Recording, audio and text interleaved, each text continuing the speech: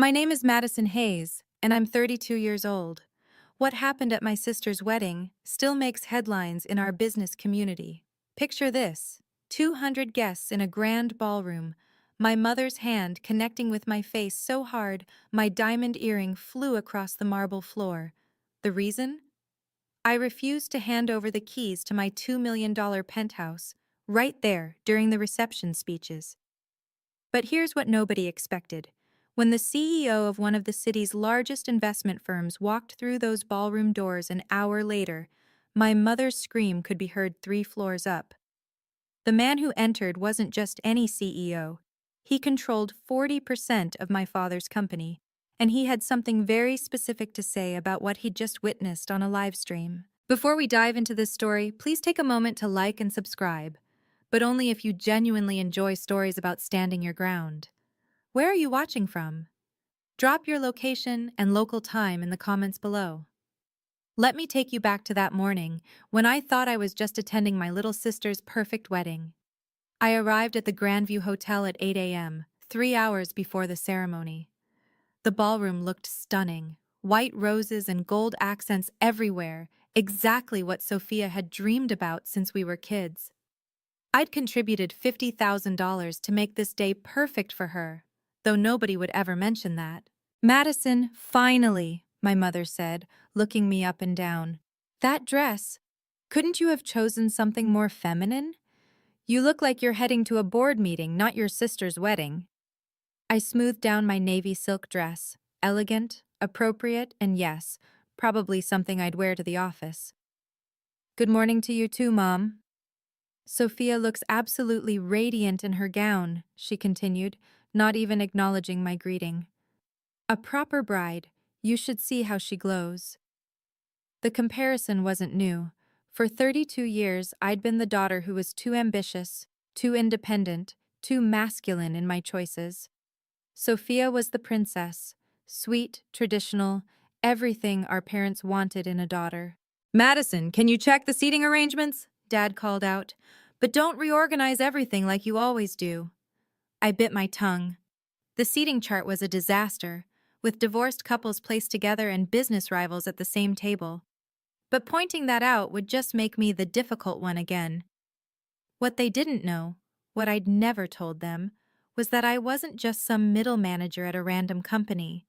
I was vice president of development at Hayes Capital, overseeing our entire Asia-Pacific expansion. But in this family, that achievement would somehow become another failing. Too career-focused, too independent, too much like the son they never had. "Of course, Dad," I said, keeping my voice level. "I'll make sure everything's perfect for Sophia." "Family comes first, Madison," Dad said, appearing beside me as I adjusted a crooked centerpiece. "You'll understand that when you have your own family. If you ever settle down, that is." The jab was subtle but clear. At 32, my unmarried status was apparently a bigger failure than any professional success could overcome. "Richard, leave her alone," Aunt Patricia said, though her tone suggested amusement rather than defense. "Not everyone can be as lucky as Sophia, finding true love so young." I focused on the centerpiece, letting their words wash over me. Around us, relatives whispered their own assessments. Still no ring on Madison's finger? All that time in the city, you'd think she'd have met someone.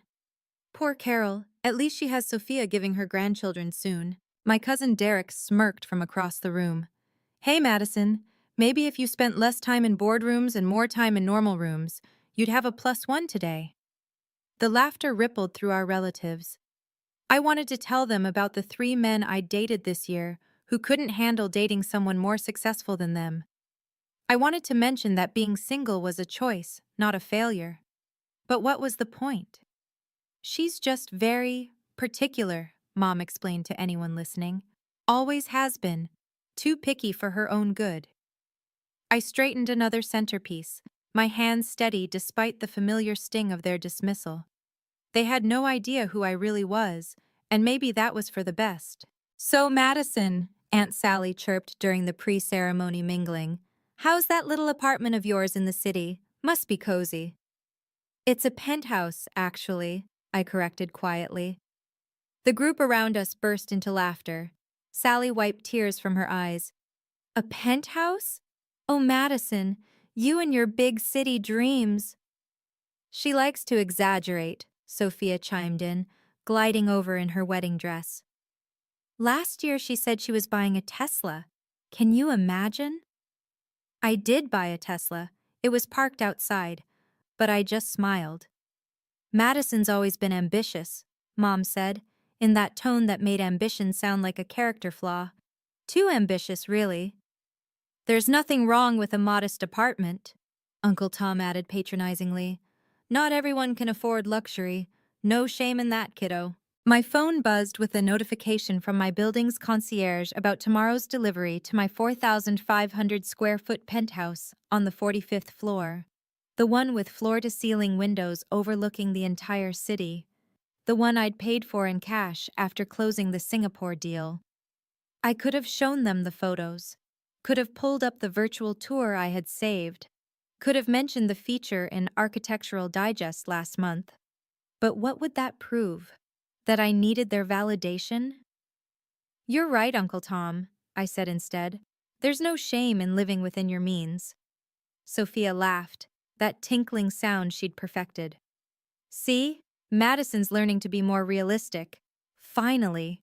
The irony was almost poetic. Standing alone by the window, I watched the city skyline where my penthouse towered above everything else. 10 years. That's how long it had taken to build my career from entry-level analyst to VP.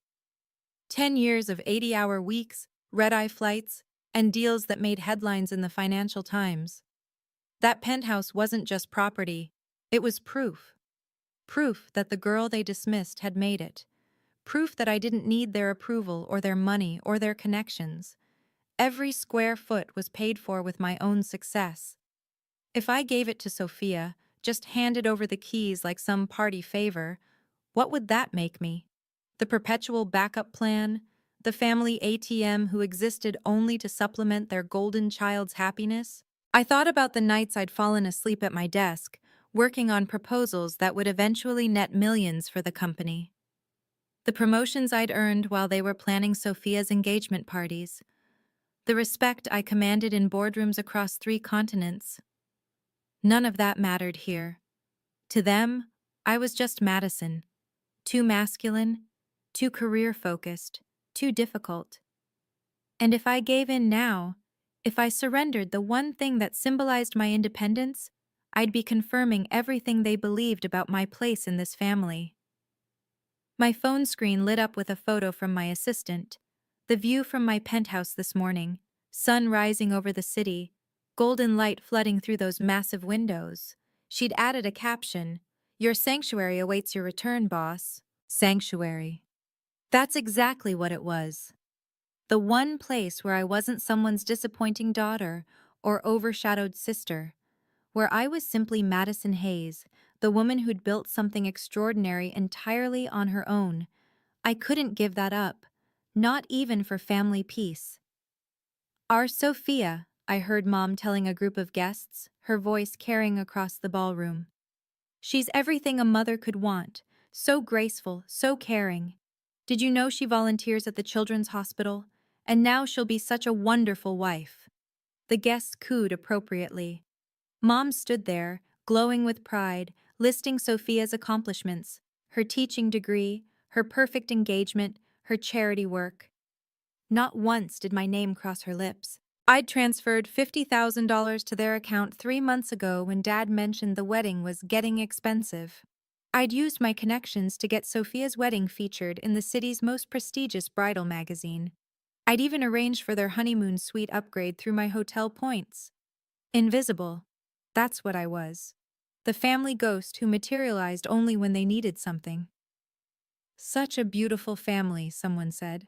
You must be so proud of your daughter. Oh, we are, Dad replied, his arm around Mom. Sophia's made us so happy. Daughter, singular, as if they only had one. I turned away, but then I heard it. Dad's voice, lowered but not enough.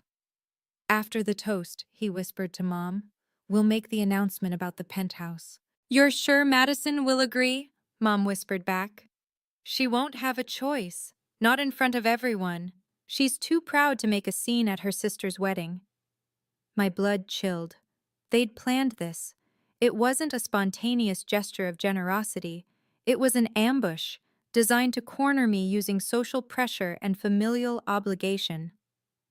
Besides, Mom added, what does she need a penthouse for? It's not like she has a family to fill it. The casual cruelty of it knocked the breath from my lungs, but it also crystallized something. I wasn't going to play their game. If you've ever felt invisible in your own family, like your achievements don't matter unless they fit someone else's narrative, type "I see you" in the comments below.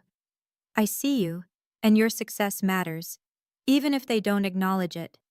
What's coming next is the moment everything changed. When private family dynamics exploded into public humiliation. Don't forget to subscribe and hit the notification bell for more stories about setting boundaries and choosing self-respect over family approval. Also, let me know where you're watching from. I love connecting with people who understand that sometimes the hardest battles are with the people who should support us most. The reception was in full swing when Dad stood up, tapping his champagne glass with a spoon. The band stopped playing. 200 guests turned their attention to him. Before we continue celebrating, he began, his voice booming through the microphone, Carol and I want to give Sophia and Brian something special. My stomach dropped. They were really doing this. As you all know, family means everything to us, Dad continued, smiling at the crowd. And there's nothing we wouldn't do for our children's happiness. Children's, plural. But his eyes were fixed on Sophia. That's why we're thrilled to announce that Madison has graciously agreed to give Sophia her city penthouse as a wedding gift. The room erupted in applause. Sophia pressed her hands to her chest and practiced surprise, though the slight smile playing at her lips told me she'd known all along. Brian wrapped his arm around her, grinning. "Oh my God, Madison," Sophia gushed into her own microphone. "Are you serious? The penthouse?" Every eye in the room turned to me. I stood frozen, champagne glass in hand, my mind racing. They'd orchestrated this perfectly. The announcement, Sophia's response, the public setting that made refusal seem monstrous. "Madison, come up here," Dad called out, waving me forward. "Let's have the whole family together for this special moment." The applause continued. People were smiling, nodding, some even wiping away tears at this beautiful gesture. I saw my boss's wife at table 12, 3 major clients at table 8. My entire professional network scattered throughout the room, all watching me, all expecting me to smile and play the generous sister. This wasn't just an ambush. It was a calculated assassination of my autonomy. I set down my champagne glass and stood slowly. The room fell silent, waiting. "I'm sorry, what?" My voice carried clearly without the microphone. Dad's smile faltered slightly. "Your penthouse, sweetheart, for Sophia and Brian." "This wasn't discussed with me," I said, keeping my tone level and professional. A ripple of whispers crossed the room. Dad's face reddened. "Don't be selfish on your sister's day," he said, still holding the microphone, ensuring everyone heard his words. "Dad, this is inappropriate. We can discuss this privately." "There's nothing to discuss." Mom grabbed the microphone from Dad. "It's a wedding gift, from the family." "It's my property," I stated simply. "And I haven't agreed to anything." The whispers grew louder. I heard fragments. How could she? On her sister's wedding day? So selfish. Sophia's eyes welled with perfectly timed tears. "Madison, I thought you'd want me to be happy." "Your happiness doesn't require my home, Sophia." "It's just a property," Dad boomed. "You can buy another one." "Then you buy her one," I replied. Gasps echoed through the ballroom. Someone at table 3 actually clutched their pearls. The wedding photographer kept shooting, his camera clicking rapidly. "Madison, please," Brian interjected, trying to play peacemaker. "We'd take such good care of it." "I'm sure you would, but the penthouse is not available." Mom's face had turned an alarming shade of purple. Dad looked like he might have a stroke. And Sophia? Sophia's mask of sweetness was cracking. revealing something uglier underneath. "Come on, Madison," Aunt Sally called out. "It's family." "You don't even have a family to fill it," Uncle Tom added. "Sophia needs it more." "She's getting married, starting a life," someone else chimed in. "What do you need all that space for?" The pressure mounted from every direction. Each comment another stone added to the wall they were building around me. "Be reasonable," my cousin Derek shouted. "Stop being so difficult." "It's not like you can't afford another place," Aunt Patricia added, "with your big important job." The sarcasm in her voice was unmistakable. They still didn't believe I was successful. Even now they thought the penthouse was some kind of fluke or exaggeration. "That's generous of you to assume," I said, my voice steady despite the hurricane inside me. "But my financial situation isn't up for public discussion." "Everything's about money with you," Mom spat into the microphone. "Your sister's happiness should matter more than property. If Sophia's happiness depends on taking what's mine, perhaps we should examine that." More gasps. Someone at the back actually booed. The photographer was still shooting, his flash creating a strobe effect across the scene. Through it all, I kept my hands steady at my sides. No trembling, no tears. I'd negotiated with CEOs who ate junior executives for breakfast. I'd stood my ground in boardrooms where millions were at stake. I wasn't going to crumble now, not in front of people who'd diminished me my entire life. "The penthouse is not available," I repeated, each word clear and final. My phone vibrated insistently in my clutch. I pulled it out, needing a moment's distraction from the hostile stares. 3 missed calls from MC and a text that made my pulse quicken. "Saw the livestream, on standby." Livestream? I glanced around and spotted Brian's younger brother, phone propped up on table 6, streaming the entire reception to Facebook Live. The red live indicator blinked mockingly. How many people were watching this disaster unfold in real time? Another text from MC. "Your call, say the word." Marcus Chen.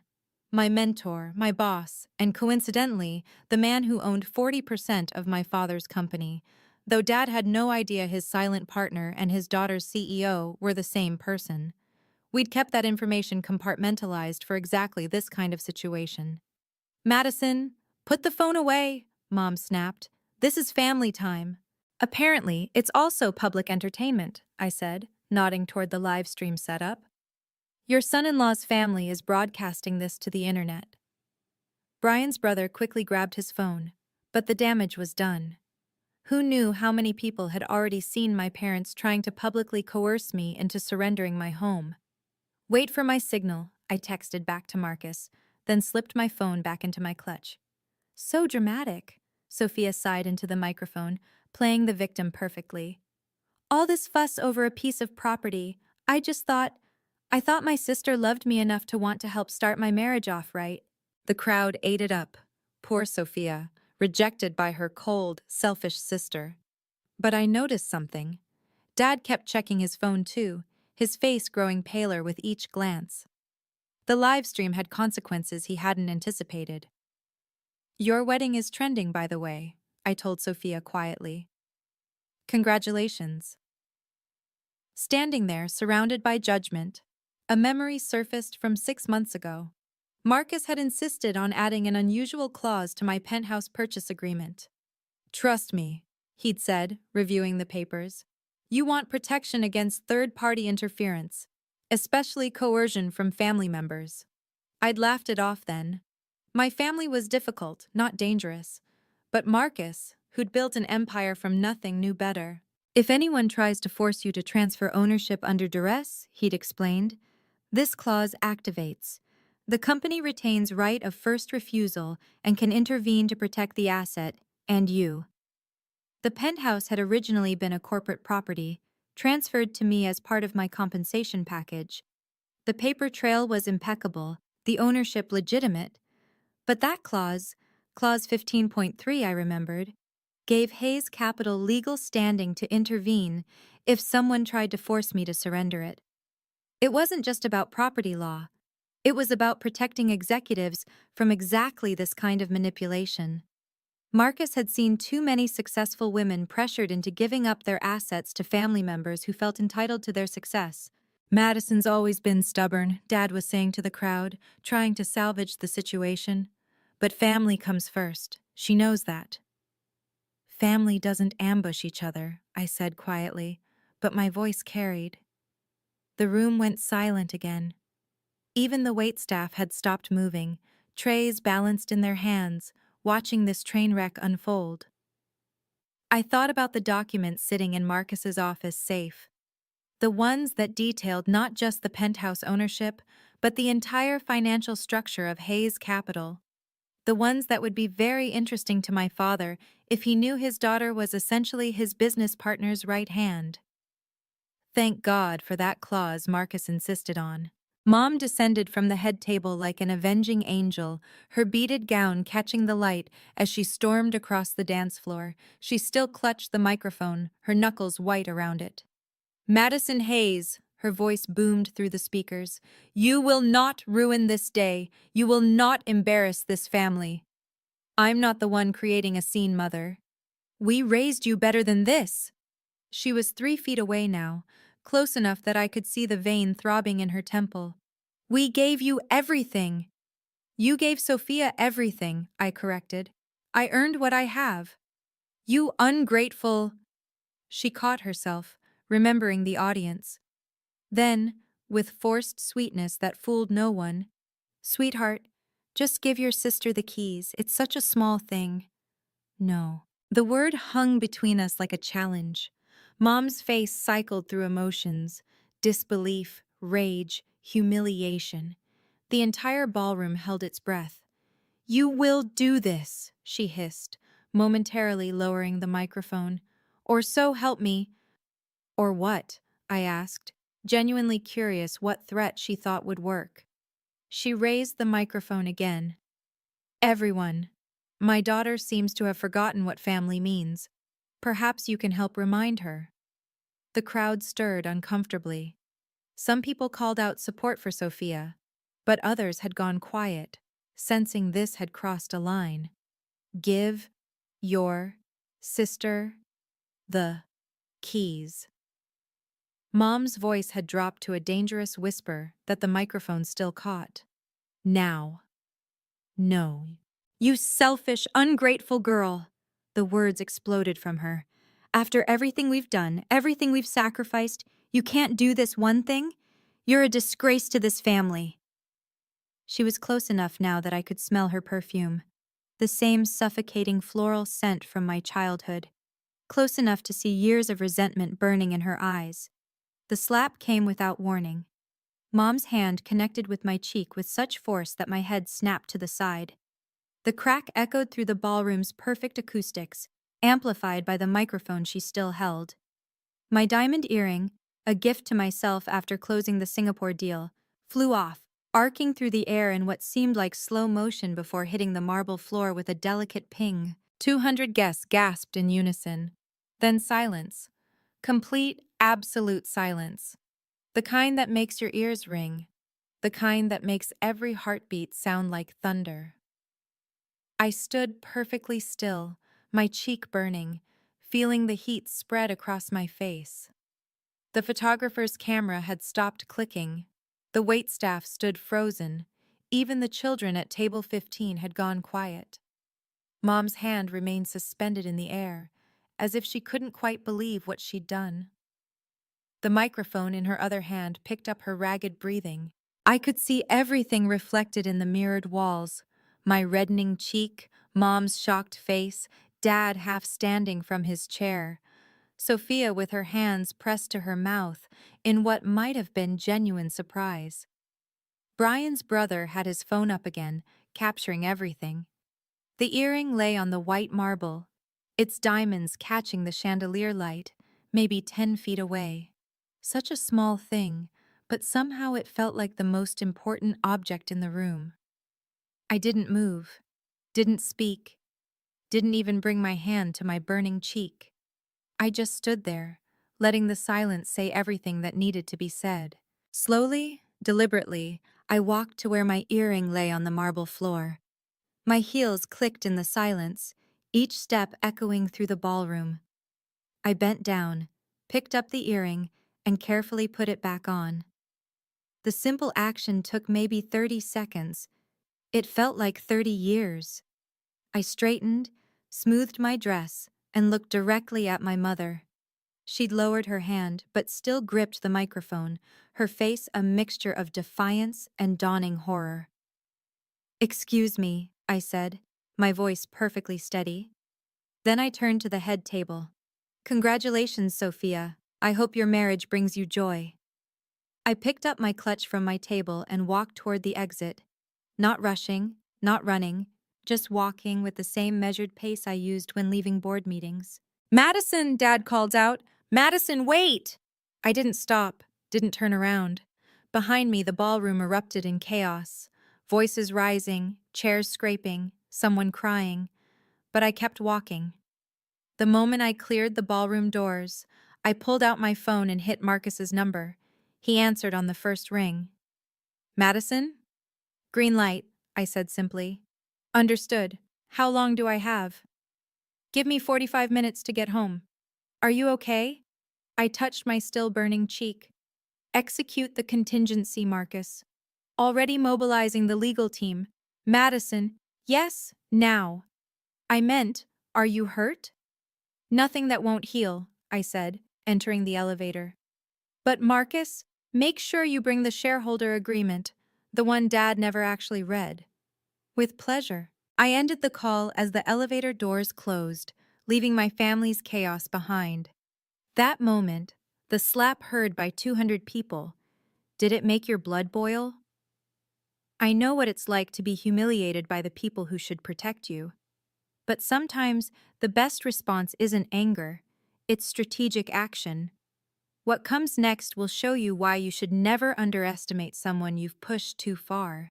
If you believe in standing up for yourself, hit that like button. If you've ever had to set a hard boundary with family, type boundaries in the comments. The next part is where everything shifts, where the invisible daughter becomes the one holding all the cards. 45 minutes later, I was in my penthouse, ice pack against my cheek, when my phone buzzed with a text from Marcus. "Entering the building now." I'd changed into jeans and a soft sweater. Armor wasn't needed anymore. The battle was already won. They just didn't know it yet. My phone lit up with notifications. Brian's brother's live stream had been shared over 500 times. The slap was already a gif. But I didn't care about internet fame. I cared about what was happening in that ballroom right now. Marcus texted again. Walking in, Richard just saw me. I could picture it perfectly. Marcus Chen, in his $10,000 Armani suit, walking into that ballroom with his signature confidence. 2 lawyers flanking him, briefcases in hand. The same Marcus Chen whose name appeared in Forbes. The same one my father had been desperately trying to schedule a meeting with for 6 months. Another text. His face just went white. Then, "Your mother is screaming." I walked to my floor-to-ceiling windows, looking out at the city lights. Somewhere down there, in that grand ballroom, my family was learning a lesson about consequences. My phone rang. Unknown number. "Hello? Madison?" It was Brian's brother, whispering. "You need to see this. Your dad looks like he's about to pass out. This Chinese guy in a suit just said your name and something about partnership agreements. Your mom literally screamed when she saw him. Who is this guy?" "Someone who believes in protecting his investments," I said. "Your dad keeps saying Mr. Chen over and over. Is this the Chen, the one who owns—" "I have to go," I said, ending the call. The city sparkled below, peaceful and oblivious. But in that ballroom, an empire was shifting. My phone rang again. This time it was Marcus. "You're on speaker," he said. "I'm here with your parents and their guests." I could hear the ballroom's stunned silence in the background. "Richard?" Marcus's voice carried that CEO authority that made board members squirm. "I need to clarify something for everyone present. Madison Hayes is not just some employee at my company. She's our Vice President of Development, managing our entire Asia-Pacific expansion." I heard collective gasps through the phone. "That's impossible," my father's voice, weak and confused.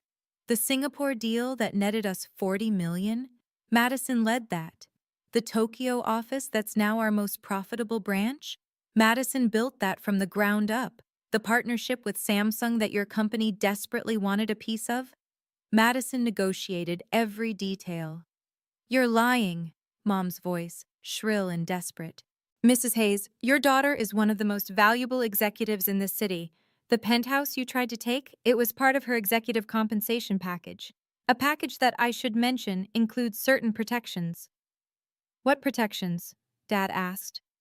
The ones that activate when someone attempts to coerce her into surrendering corporate assets, which, according to the live stream that's now been viewed 20,000 times, is exactly what happened here tonight. 20,000 in less than an hour. Furthermore, Marcus continued, as someone who owns 40% of your company, Richard, I'm deeply concerned about the judgment you've displayed tonight. Publicly attempting to steal from your own daughter? Allowing your wife to assault her? This raises serious questions about your leadership. You can't. This is family business, Dad sputtered. The moment you made it public, you made it my business. Madison, are you still there?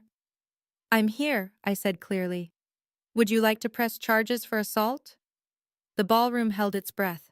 Let me explain something, Marcus's voice continued through the speaker. That live stream shows clear assault and attempted coercion. This triggers Clause 15.3 of our shareholder agreement, Richard, the one about moral turpitude and conduct unbecoming of leadership. What are you talking about? Dad's voice cracked. Page 47 of the agreement you signed 5 years ago. I can call an emergency board meeting within 24 hours. Given that I control 40% and the Jensen Trust controls another 15, they're very interested in this situation, by the way. You do the math. I could hear papers rustling. Marcus was laying out documents on the head table. This is extortion, Mom shrieked. No, Mrs. Hayes, extortion was demanding your daughter's property in front of 200 witnesses. This is consequence management. Madison, Dad's voice came through, pleading now. Tell him to stop. This is going too far. Too far? I finally spoke. Like slapping your daughter at a wedding wasn't too far? You can't destroy our family business over this. I'm not destroying anything, I said calmly. I'm protecting my assets and my dignity. Marcus is protecting his investment. If your behavior threatens that investment, that's on you. The video is everywhere, someone whispered in the background. It's on Twitter, Facebook, the local news picked it up. Here's what's going to happen, Marcus announced. Richard, you have 48 hours to issue a public apology to Madison. A real one, not some PR nonsense. You'll acknowledge her professional achievements and her right to her own property. Carol, you'll do the same, and you'll stay away from Madison permanently. Or what? Mom demanded. Or I exercise my options as a major shareholder. Your company needs my capital for the expansion project. Without it, you're looking at bankruptcy within 6 months. This is my daughter's wedding! Mom's voice had reached hysteria. You can't do this here! You're right, Marcus said smoothly. This isn't the time or place, which is why I'm giving you 48 hours to make this right. Madison's penthouse remains hers, untouched, uncontested. Any attempt to manipulate, guilt, or coerce her will result in immediate legal action. She's our daughter, Dad protested. Then treat her like one, Marcus shot back. Not like an ATM or a resource to be pillaged for your favorite child. I heard Sophia sob dramatically. This is supposed to be my special day. It still is, Marcus replied. I'm leaving now. But these documents stay with you, Richard. Read them, understand them, and remember, Madison isn't alone. She has the full weight of Hayes Capital behind her. Madison, Sophia's voice came through, trembling with tears. How could you do this to me? I didn't do anything to you, Sophia. I simply refused to give you my home. Everything else, the public announcement, the pressure, the slap, that was Mom and Dad's choice. But the penthouse is mine, bought with my money, earned through my work. If you want a penthouse, I suggest you earn one. You're so cruel. No, I'm just done being your family's sacrifice. I heard movement, chairs scraping, people murmuring. Then Marcus's voice, closer to the phone now. Madison, the papers are served. Your parents know their options. The ball is in their court. Thank you, Marcus. I'm sorry it came to this. So am I. The wedding photographer got everything, by the way. He's already sent us the high-resolution shots just in case we need them for legal purposes. Dad's groan was audible through the phone. 48 hours, Richard, Marcus said one final time. Public apology or I call the board. Madison, I'll see you Monday. The line went dead. I stood in my penthouse, looking out at the city, finally able to breathe. My cheek still stung, but something else had lifted. 32 years of weight I hadn't realized I'd been carrying. Within 2 hours, my phone was exploding with messages. The video had gone beyond viral. It was everywhere. Entitled Parents Demand Daughter's $2 penthouse at wedding was trending on 3 platforms. Sophia called 15 times. I didn't answer. Mom texted, "You've ruined everything. Your sister's wedding is destroyed. Guests are leaving. Are you happy now?" Dad's message was different. "We need to talk, please." But the most interesting messages came from unexpected sources. 3 of Dad's biggest clients had seen the video. "Richard, I'm concerned about what I just witnessed.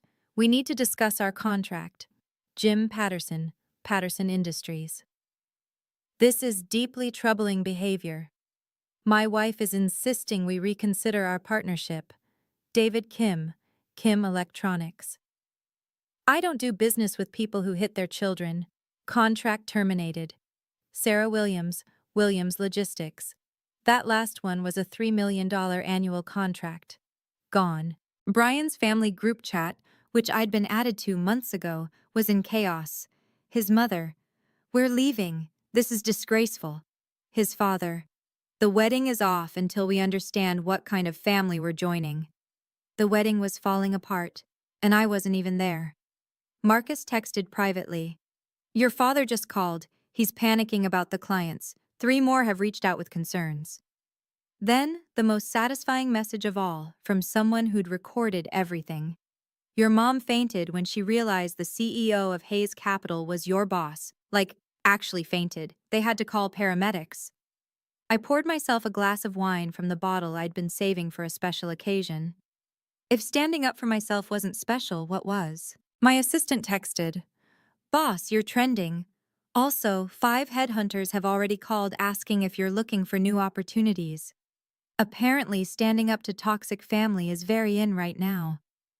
I laughed, actually laughed, for the first time in days.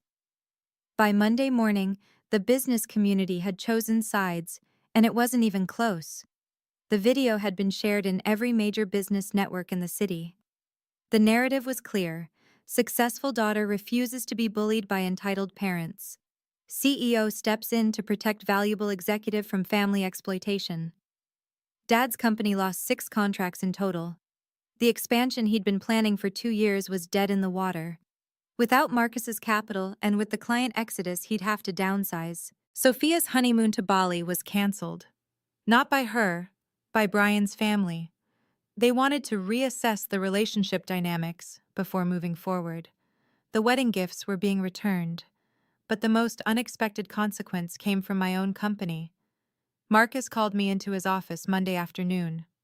"The board wants to promote you," he said without preamble. "Senior VP of Global Operations. The Asia-Pacific success, combined with how you handled the situation, they're impressed." I got slapped at a wedding. That impressed them? You stood your ground against massive social pressure. You protected company assets. You maintained composure under extreme duress. That's exactly the kind of leadership we need.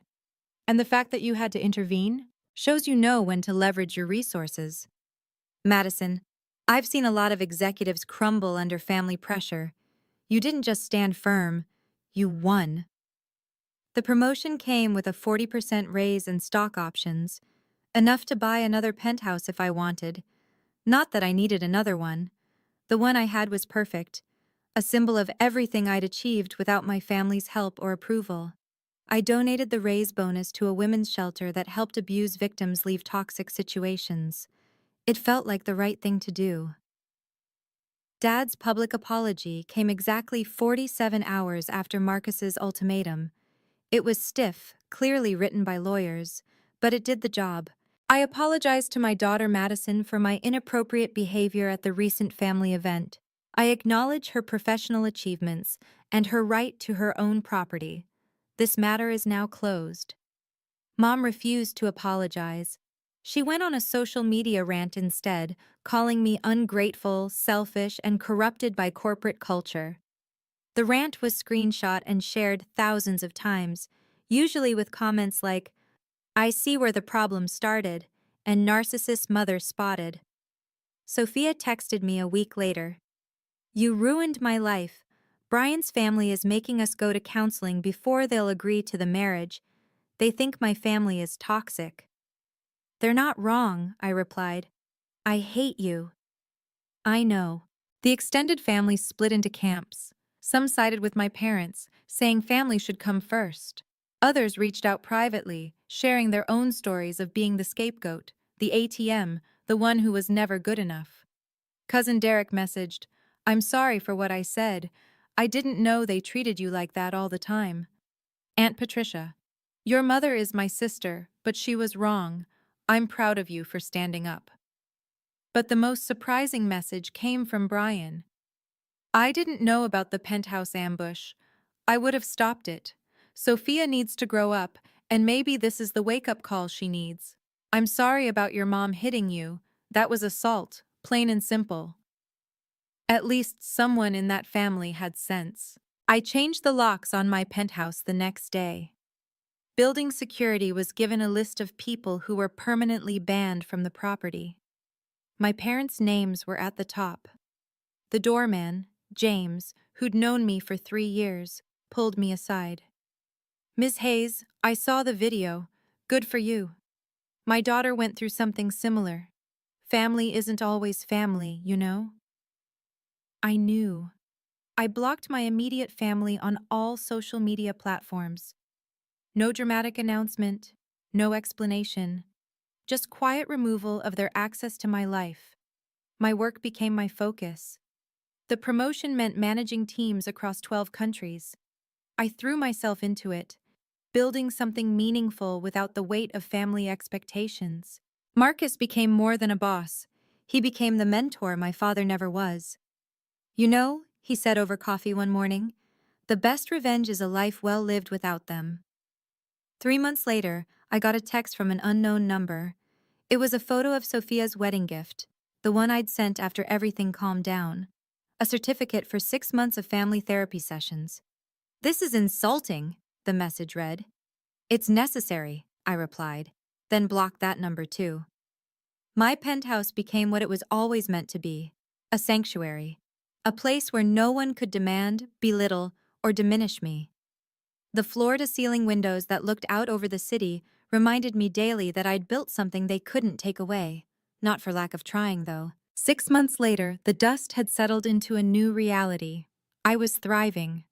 The senior VP position had led to a feature in Forbes, 40 Under 40. The article mentioned nothing about the wedding incident, focusing instead on my innovative approaches to Asian market expansion. Dad's company had stabilized but never recovered its previous standing. He'd aged 10 years in 6 months. Through mutual business contacts, I heard he'd started therapy. Too little, too late, but at least it was something. Mom doubled down on her victim narrative, telling anyone who'd listen about her ungrateful daughter who chose money over family. Most people had seen the video.